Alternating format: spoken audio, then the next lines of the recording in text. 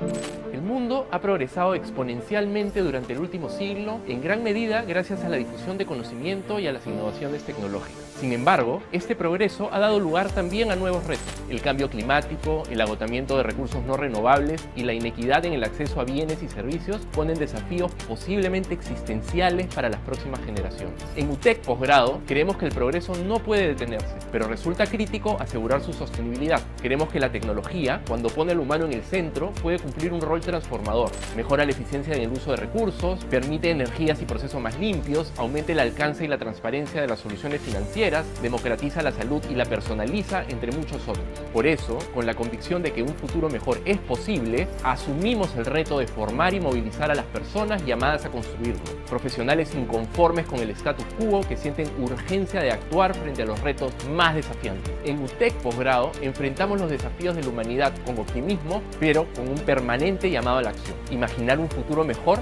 nos moviliza, pero construirlo es lo que nos define.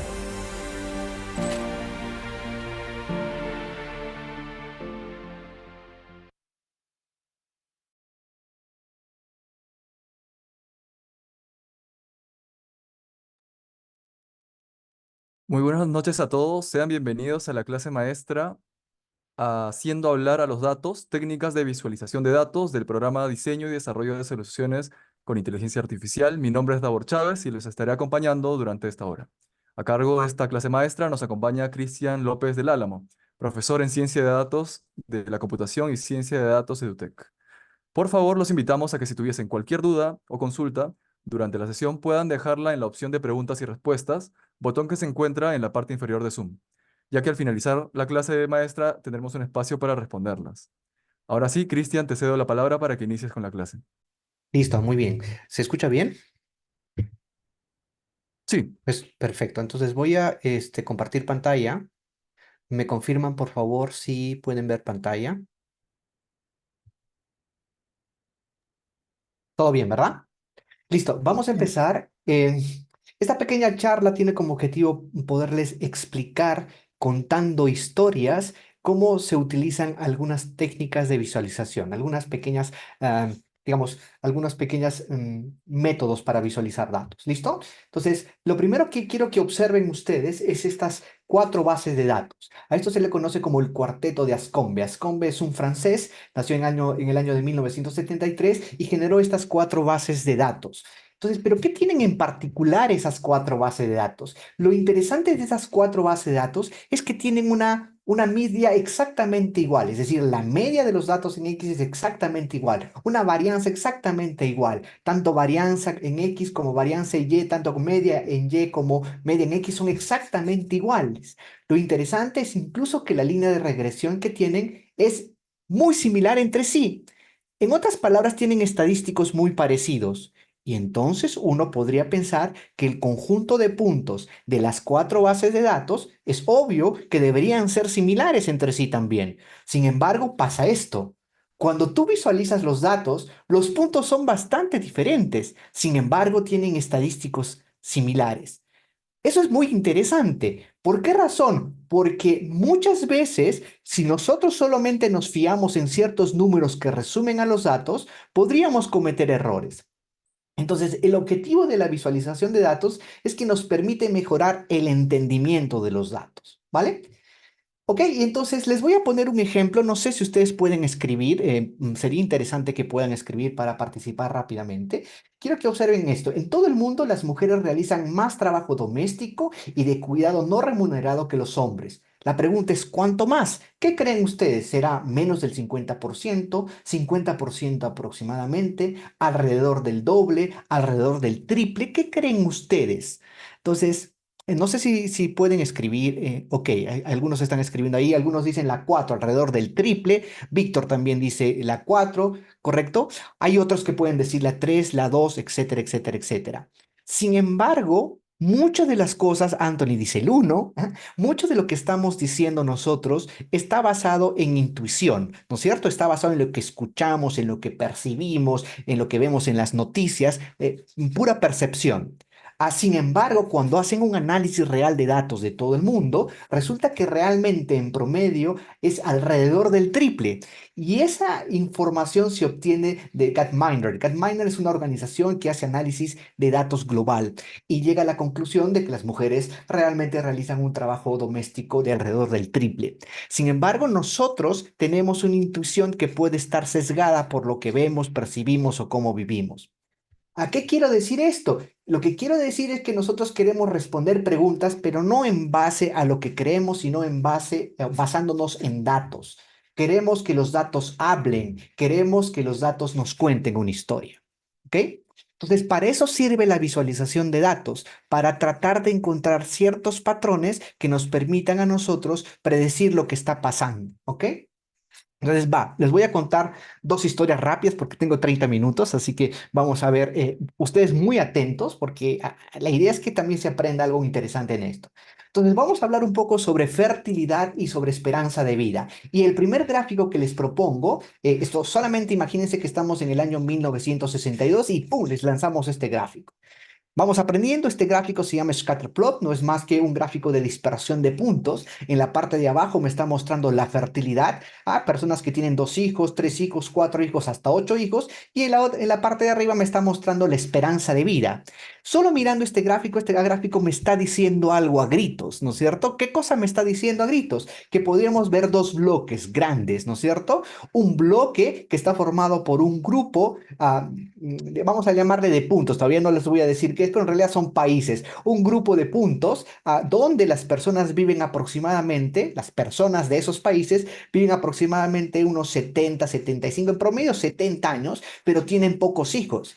Y además un grupo bastante grande de personas que tienen una esperanza de vida menor, pero tienen muchos hijos. Eso es lo que me dice este gráfico, básicamente, ¿no es cierto? Pero podemos hurgar un poco más allá y si los datos nos dan una información como por ejemplo, ¿de dónde son esas personas? Los países, por ejemplo, podemos mejorar ese scatterplot. Y ahora observamos algo más interesante. ¿Se dan cuenta qué me está diciendo ese gráfico? ¿Alguien me puede decir rápidamente qué está haciendo, qué me está contando ese gráfico? ¿Alguien?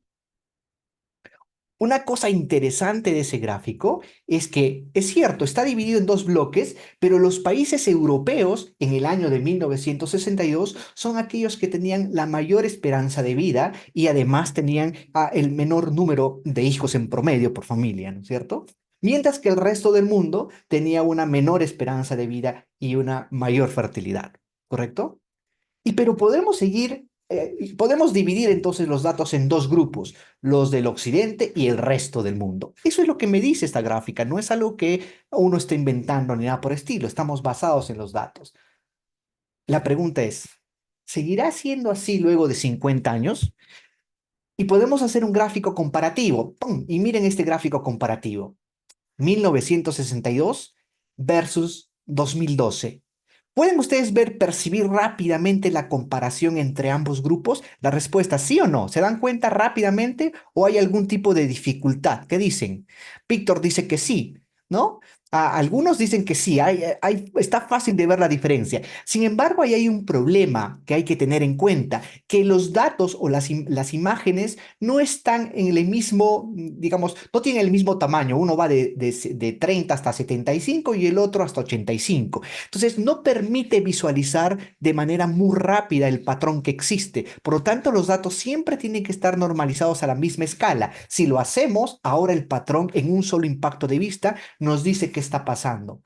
¿Qué está pasando? ¿Se dan cuenta? Los países europeos han mejorado, han incrementado su esperanza de vida, cierto, y también han descendido su fertilidad más aún, cierto.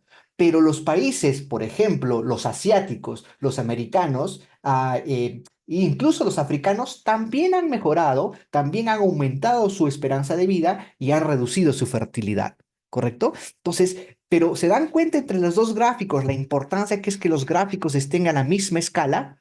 Esa es la idea. La idea no es hacer que tu diapositiva sea más bonito con gráficos bonitos, sino utilizar gráficos que realmente puedan expresar lo que está en la información, ¿vale?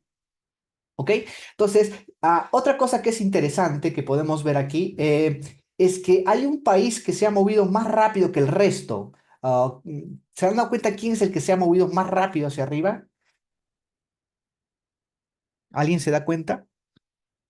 Alguien que estaba rezagado y de pronto se ha movido muy rápido. Los puntos verdes, ¿no es cierto? Los países asiáticos se han movido muy rápido. Por lo tanto, puedo hacer un análisis más interesante. Quiero que vean ahora qué pasó país por país.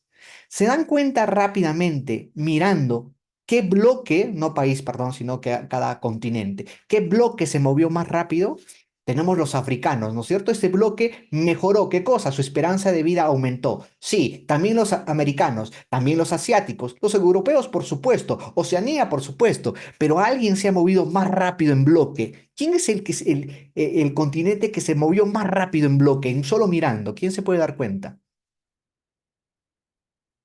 ¿Alguno de ustedes me dice, por favor?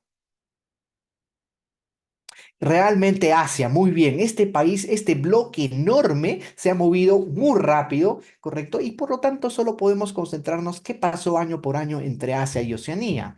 Y entonces, ahí está, justamente entre ellos dos, y podemos analizarlo así. Entonces, cada vez que ustedes encuentran un patrón, podemos concentrarnos solo en ese patrón y seguir examinando para ver qué pasó. Ahora sí puedes ver claramente y efectivamente que aunque Europa se ha movido, aunque Europa ha mejorado su expectativa de vida un poquito, los países asiáticos han incrementado su esperanza de vida abismalmente y obviamente también han reducido su esperanza de vida. Entonces, todo esto hemos permitido contar a través de Scatterplot, sabiéndolo usar y sabiendo cómo utilizarlo, ¿no es cierto? Genial. Entonces, esa es la primera historia. Vamos ahora a analizar otro tipo de gráfico que es una serie temporal. Bueno, entonces, quiero que observen esta pequeña gráfica que está aquí. Vamos a ponerla más grande. Y lo que estamos analizando en esa gráfica, ¿sí? Es la fertilidad en Estados Unidos a través de los años. Entonces, cuando tienes una variable que cambia en el tiempo, se trata de una señal temporal, por lo tanto, vamos a hacer un análisis en el tiempo sobre esa variable. En este caso, en Estados Unidos, lo que estamos tratando de ver es cómo ha cambiado la fertilidad a través de los años. Entonces, solo mirando ese gráfico pueden descubrir un patrón. ¿Se dan cuenta cuál es el patrón? Algo ha ocurrido, hay algo que ha pasado rápidamente. ¿Alguno me puede decir, por favor?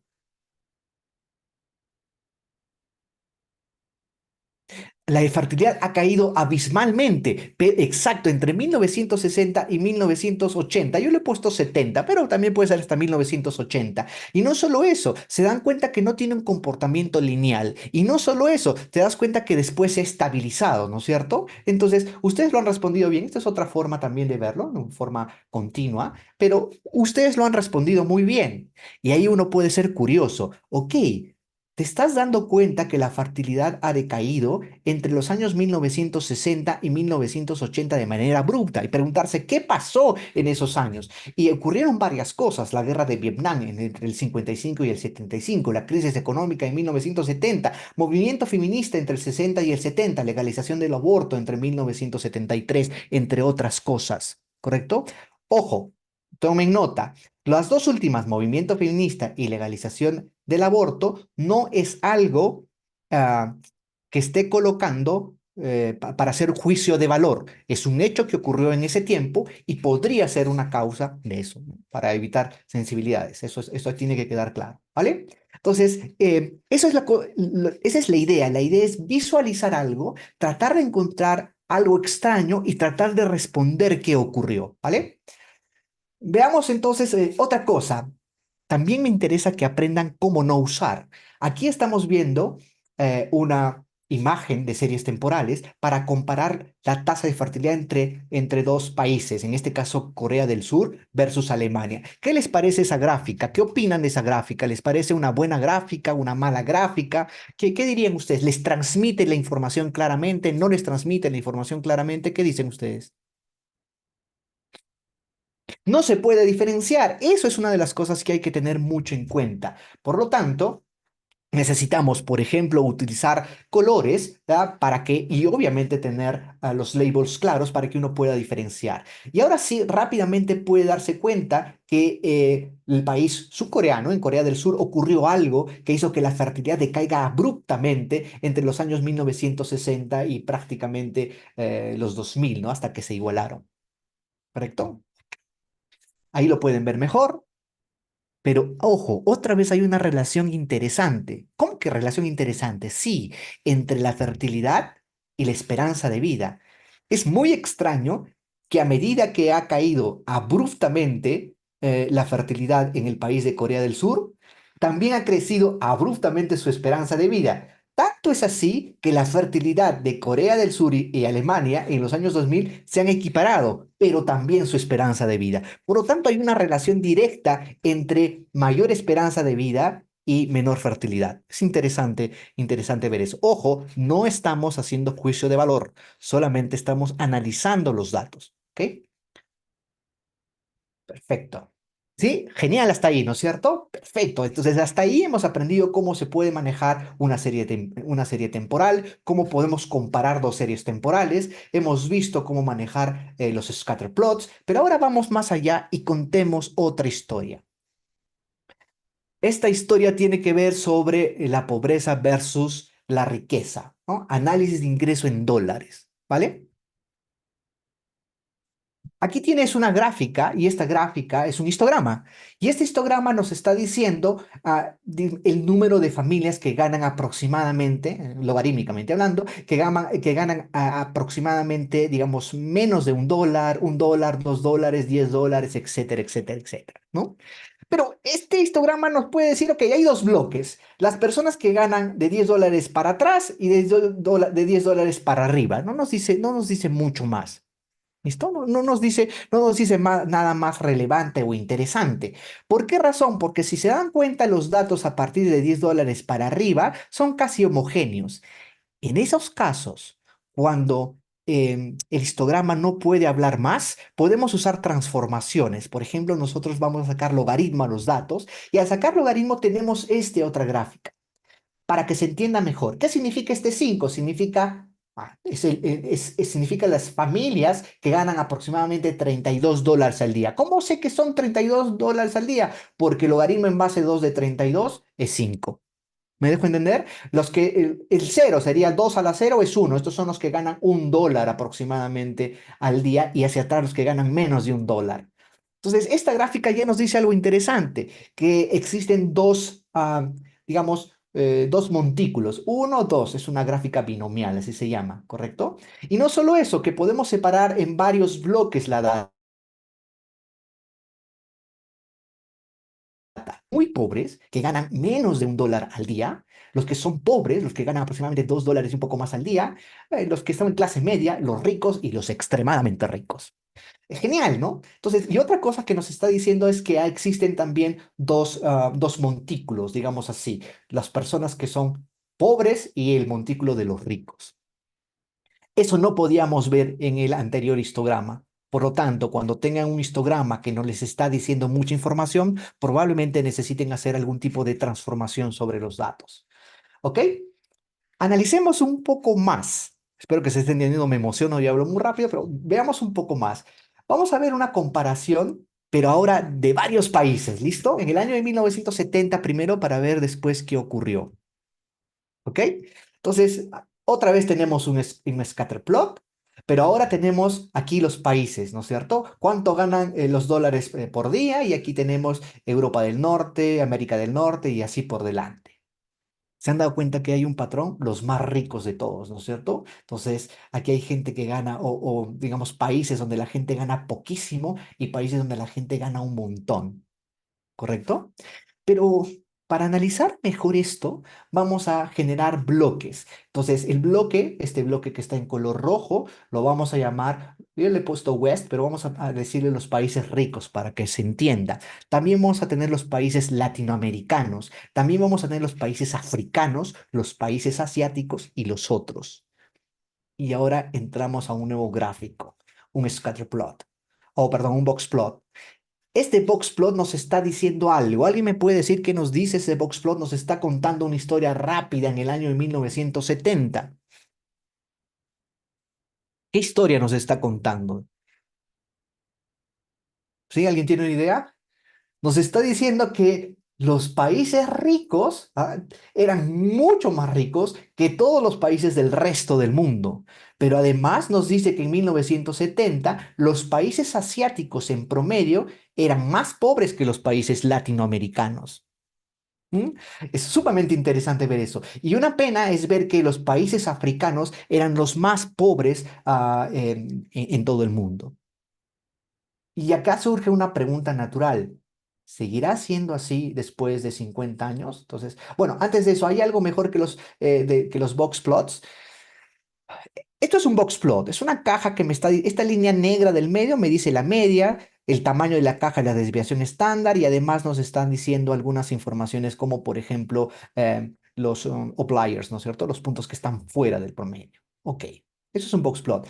En realidad es un resumen de 5 números, pero tiene una desventaja que no nos permite descubrir distribuciones. Entonces, como por ejemplo distribuciones binomiales. Cuando tú quieras ver comportamientos, si existen diferentes distribuciones en la data, en esos casos puedes usar este tipo de gráfico que es muy bonito, que se llama diagrama de densidad. ¿Correcto? Veamos ahora lo mismo con diagramas de densidad. Tenemos los países ricos, tenemos los países africanos, los países asiáticos, los países latinoamericanos y los otros. ¿Qué pueden ver en esa gráfica? Inmediatamente puedes ver un pico enorme, una montaña enorme que está muy adelante de todos los demás, que son los países más ricos.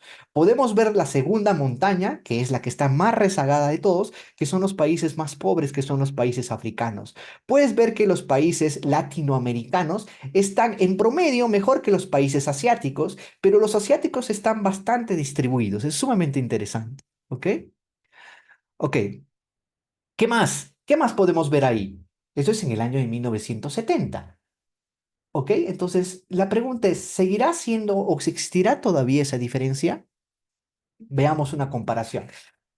Regresemos un ratito a a los histogramas. ¿Listo? Aquí tenemos, lo he agrupado aquí a los países en vías de desarrollo. Aquí están los ricos y todos los demás, ¿correcto? Este es su diagrama, su histograma, y este es el histograma de los ricos. Este es en 1970 y este es en 2010. Pero ¿saben qué? No puedo hacer esa comparación. ¿Quién me dice por qué? No se puede hacer esa comparación.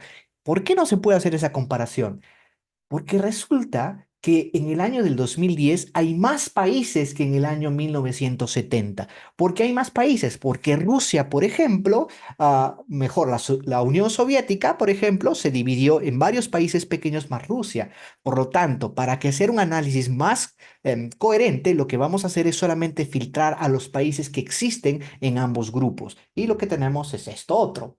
Ahora sí, podemos comparar en 1970 y observar la media de del primer histograma y la media del segundo histograma y ver que efectivamente se ha movido. En otras palabras, los países en vía de desarrollo han mejorado monetariamente, han crecido económicamente. También podemos ver que lo propio ha pasado en los países ricos, pero la velocidad de crecimiento de los países en vías de desarrollo ha sido más rápido que aquellos que son ricos. Sumamente interesante. Aquí podemos ver otro ejemplo. Vamos a comparar ahora entre el año 1970 y 2010. ¿Qué les parece esa comparación? ¿Les permite hacer una comparación rápida o les causa algún malestar, algún problema? La idea es que su cerebro trate de descubrir qué está ocurriendo de manera rápida con los gráficos. Mi pregunta es, ¿esa gráfica les ayuda a descubrir rápidamente el patrón o no?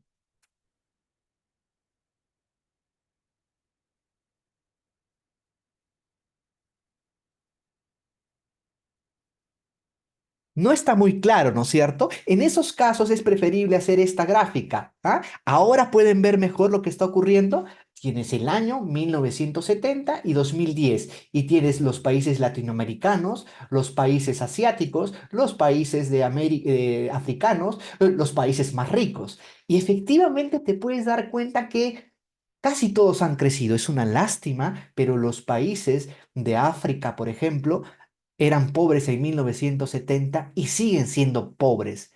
Incluso hay algunos pocos que han podido crecer un poquito, pero su media sigue siendo bastante triste en relación a los demás. Pueden ver que los países latinoamericanos hemos crecido y no hemos crecido poco. Sin embargo, pueden ver los países asiáticos la velocidad de crecimiento. Incluso hay algunos países asiáticos que han igualado a muchos países bastante ricos. Entonces, eso es lo importante de escoger bien una gráfica para que pueda ser percibida de manera directa, ¿no? Pueden comparar entre las dos gráficas, quién les permite visualizar más rápido lo que está ocurriendo. ¿Ok? Y por último, vamos a ver esta gráfica más, pero esta gráfica estamos utilizando, digamos, funciones de dispersión, gráficas de dispersión, ¿cierto? Entonces, aquí pueden ver rápidamente que entre el año 1970 y 2010, los países ricos sí se han movido, pero un poquito, ¿no? Aquí pueden ver los países asiáticos cómo se han movido. Incluso hay una, digamos, una punta del cerro aquí que prácticamente ha igualado a los países más ricos. Pueden ver también que los países latinoamericanos también se han movido, ¿no? Y tristemente los países sudafricanos prácticamente se mantienen sin movimiento, ¿no? Siguen siendo bastante pobres.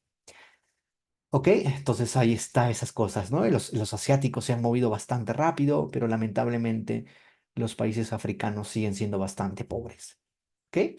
Muy bien. Para el tiempo que teníamos, eso es lo que quería mostrarles y quiero decirles que los datos por medio de herramientas visuales nos permiten contar una historia, pero esa historia tiene que estar basada en información contundente.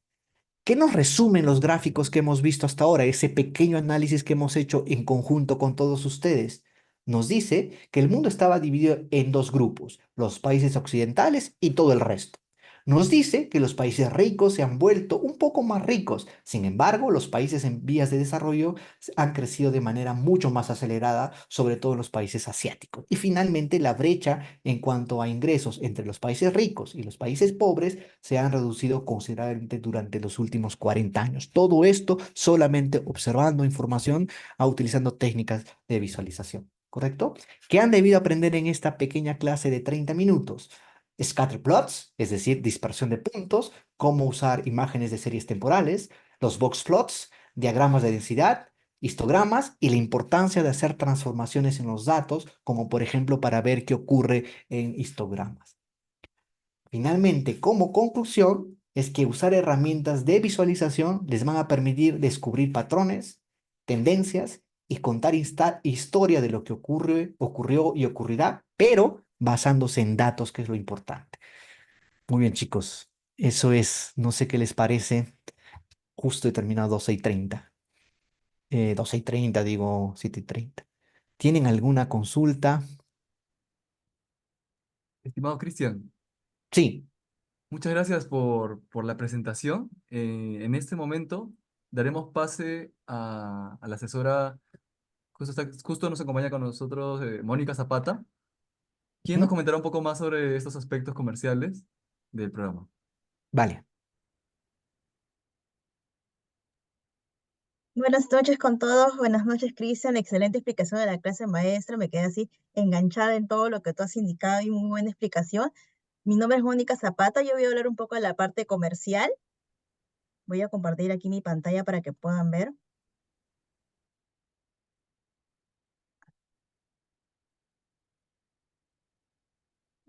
¿Pueden ver mi pantalla?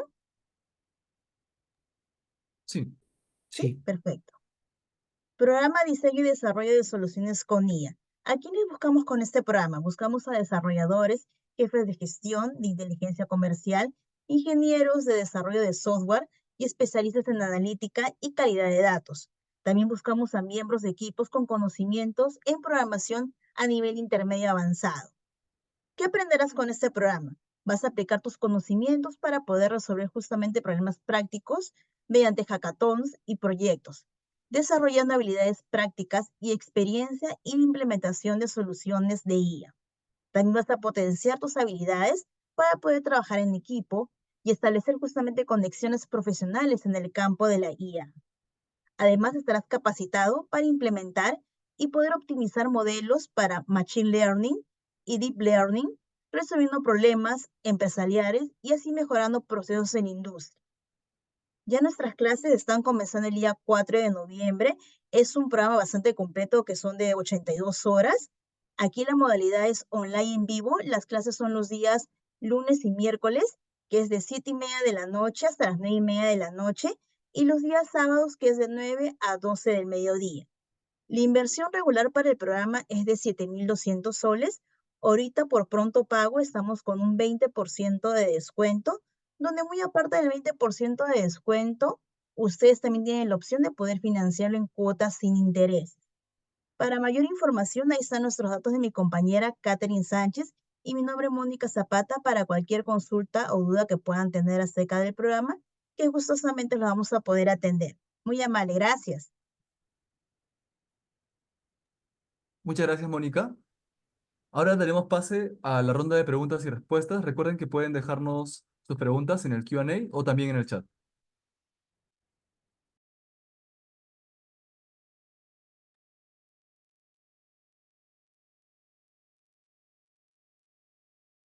¿Tienen alguna pregunta?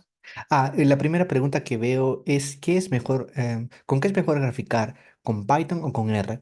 En realidad, no depende tanto del lenguaje de programación. Puede ser Python o puede ser R. Lo importante es elegir digamos, el tipo de gráfico correcto para poder expresar lo que quieres expresar.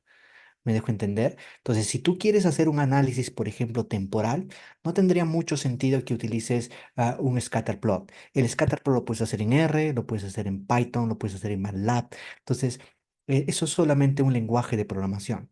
¿Se entendió? Entonces, lo importante aquí es entender diferentes herramientas visuales para poder visualizar los datos. Y esas herramientas visuales pueden ser en diferentes lenguajes de programación.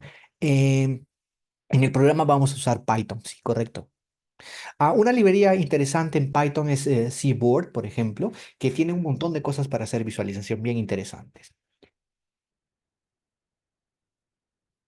¿Cómo saber qué gráfico utilizar? ¿Hay alguna biografía o recomiendan una referencia? Sí, realmente hay varios libros para ver eso.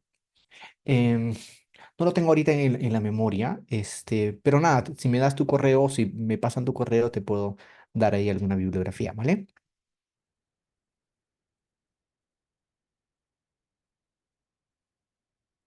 Ok, déjame aquí guardarlo.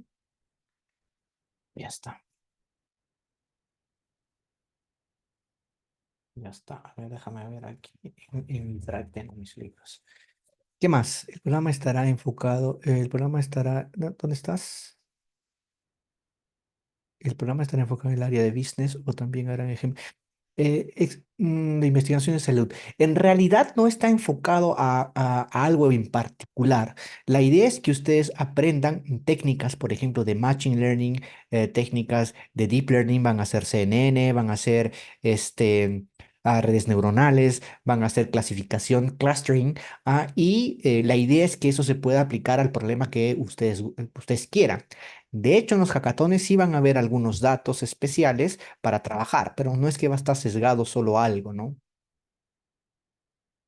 Cuando tú aprendes clasificación, clasificación es una herramienta, por ejemplo, un algoritmo de clasificación. Se me ocurre, eh, no sé, árboles de decisión. Les pongo un ejemplo. Un algoritmo se llama árboles de decisión, es un algoritmo de clasificación, pero ese algoritmo lo puedes utilizar en diferentes áreas, sea negocio, sea salud, lo que fuere. Lo interesante es que entiendas cómo se usa la clasificación, cómo se usan esos algoritmos y nada más lo puedes aplicar a diferentes áreas, a sus propias áreas.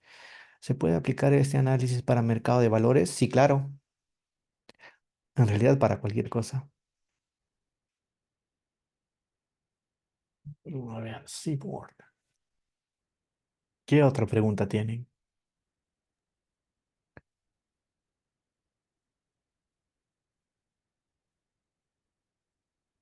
El desafío más grande son los datos.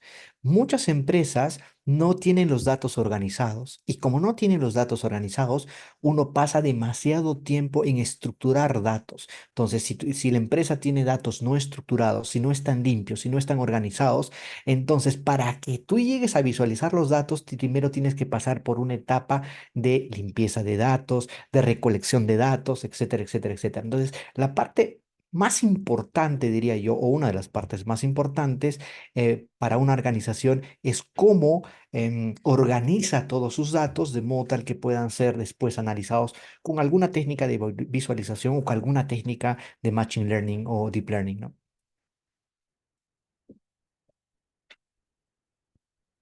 ¿Cuál es el nivel de Python? Se necesita un nivel de Python medio superior. Si están en básico, vamos a tener algunos problemas. Se necesita saber programar y la verdad sí se necesita que ellas sepan Python, porque lo que vamos a hacer es usar técnicas de inteligencia artificial para las cuales ustedes ya tienen que saber programar en Python, ¿no? No podemos empezar de cero, si no, no avanzaríamos en el curso, ¿vale?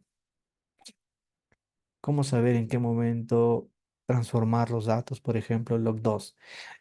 Si es que tu gráfica no te está diciendo nada, hay que usar alguna técnica que te pueda permitir a ti transformar los datos. Uno no es que yo realizo solo una transformación, realizas varias transformaciones con diferentes métodos y aquel que te diga o que te extraiga mayor conocimiento, pues el que es el que vas a decidir, ¿vale? Esa etapa de limpieza, entonces sí, ya está programada, ¿no? Hay técnicas ya que están listas para usar nada más. Esta especialización se tocará de manera general la limpieza de datos o recomienda otro tipo de especialización complementaria. Eh, yo creo que aquí se va a tocar la limpieza de datos lo suficientemente bien para que la puedas usar, pero hay muchas cosas que en poco tiempo no se puede dar, ¿correcto? Entonces, la idea es que ustedes tengan una base sólida y a partir de esa base sólida puedan despegar, ¿vale? ¿Qué más? En esta especialización se tocará de manera general, y esto ya lo hemos visto, se aprende a llevar los datos a patrones y luego los algoritmos. A ver, les explico básicamente. Ustedes tienen un conjunto de datos. En ese conjunto de datos va a sufrir una etapa de limpieza. Luego de esa etapa de limpieza, ustedes van a aprender diferentes algoritmos para trabajar sobre esos datos. Algoritmos de clustering, algoritmos de clasificación, técnicas de redes neuronales, técnicas de deep learning. En técnicas de deep learning específicamente van a haber dos.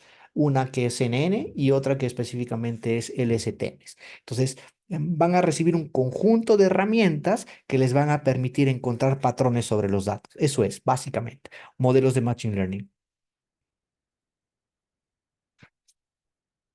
¿Qué más?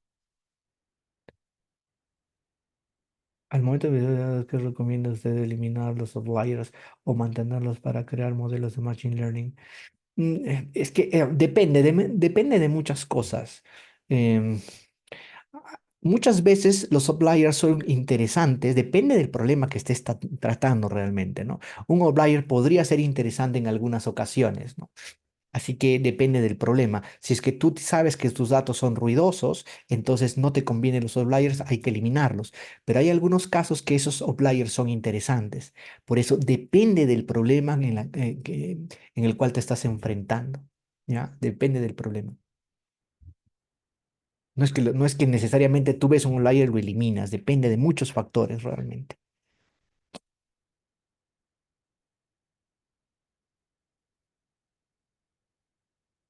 En la que haya utilizado datos para tomar decisiones clave en una empresa. Me gustaría entender cómo aplicó el análisis de datos para resolver un desafío específico y qué impacto tuvo en la organización. Am- más que un impacto, nosotros estamos realizando research o investigaciones. Te comento un poco. Nosotros estamos haciendo ahora una investigación que se llama Data Crime Analysis.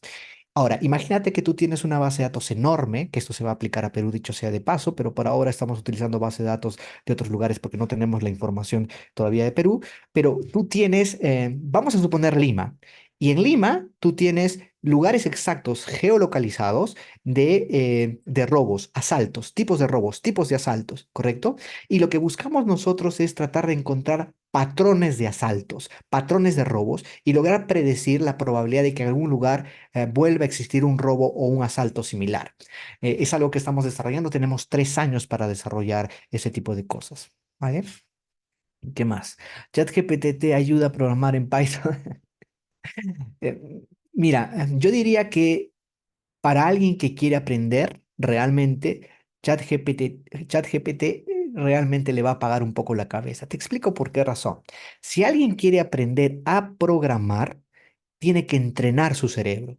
Cuando uno entrena, está generando sinapsis. Cuando uno entrena, cuando uno repite algo, se están generando redes neuronales en tu cabeza. Si tú tienes un problema y le pides a ChatGPT 3 que te lo resuelva, entonces tú no estás haciendo el ejercicio de resolver el problema y por lo tanto no estás desarrollando la habilidad. Entonces, esa es la diferencia. Aquí la idea es que los que vienen a este curso aprendan, desarrollen una competencia, desarrollen una habilidad.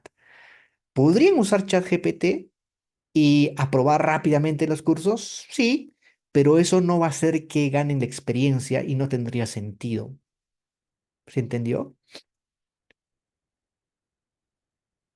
¿Cuál es la diferencia en data analysis y data scientist?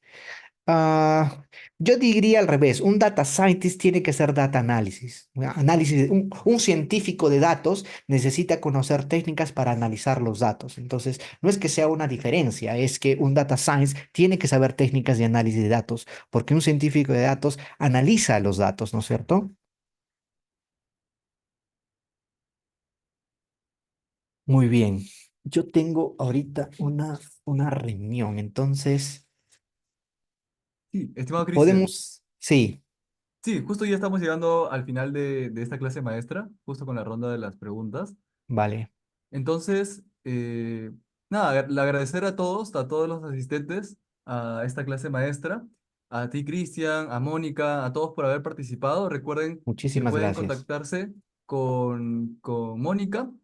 Ahí vamos a dejar en un momento también su número de contacto y también los estarán contactando por interno. Así Listo, que espero que muy les buenas haya noches. gustado a todos Sí, también. sí, muchas gracias a todos y muy buenas noches. Listo, muchas Gracias. gracias. Adiós.